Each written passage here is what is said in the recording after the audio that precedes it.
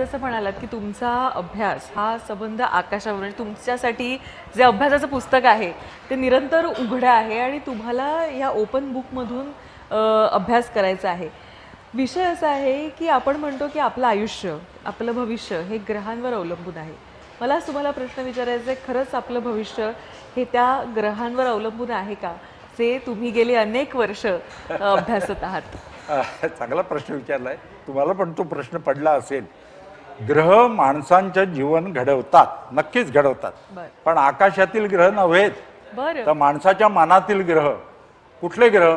आग्रह, विग्रह, संग्रह, पूर्वग्रह, अनुग्रह, सत्याग्रह. आग्रह करा एखाद्या चांगल्या गोष्टीचा, बिघडेल की नाही तब्येत, म्हणजे श्रीखंडाचा आग्रह केला. निग्रह करा चांगल्या गोष्टीचा, शुभग्रह. लक्षात ठेवा, आपल्या आई वडील, आपली मुलं, आपली पत्नी, आपला शेजारी हे आपल्यावर जास्त परिणाम करतात, आकाशातील ग्रह परिणाम करत नाही.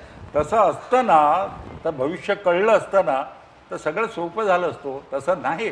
उद्या काय होणार आहे कळत नाही, कारण ते आपल्यावर अवलंबून आहे. म्हणून मी म्हटलं ना, चैतन्य म्हणजे ईश्वर आणि तो प्रत्येकामध्ये आहे. तुमच्यामध्ये ईश्वर आहे, माझ्यामध्ये ईश्वर आहे. म्हणून बघा तुम्ही, वारकरी संप्रदायामध्ये एकमेकाला नमस्कार करतात. वाळवंटात सर्व समान, हे वारकरी पंथ सांगतो.